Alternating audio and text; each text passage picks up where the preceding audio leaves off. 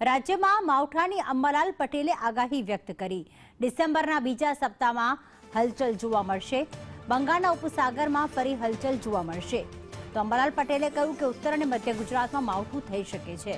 પંચમહાલ, રાજકોટ, સૌરાષ્ટ્રમાં પણ માવઠું થઈ શકે।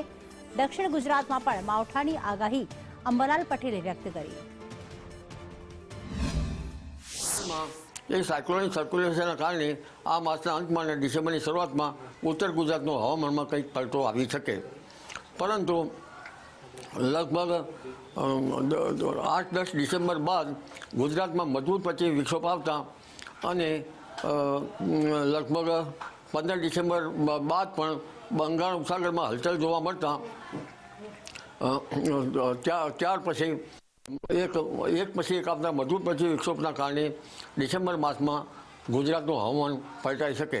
દેશના ઉત્તરીય પર્વતીય પ્રદેશોમાં બરફવર્ષા કે કરા પડી શકે અને ઉત્તર ગુજરાતમાં પણ કદાચ ગાજવીજ સાથે માવઠું થઈ શકવાની શક્યતા।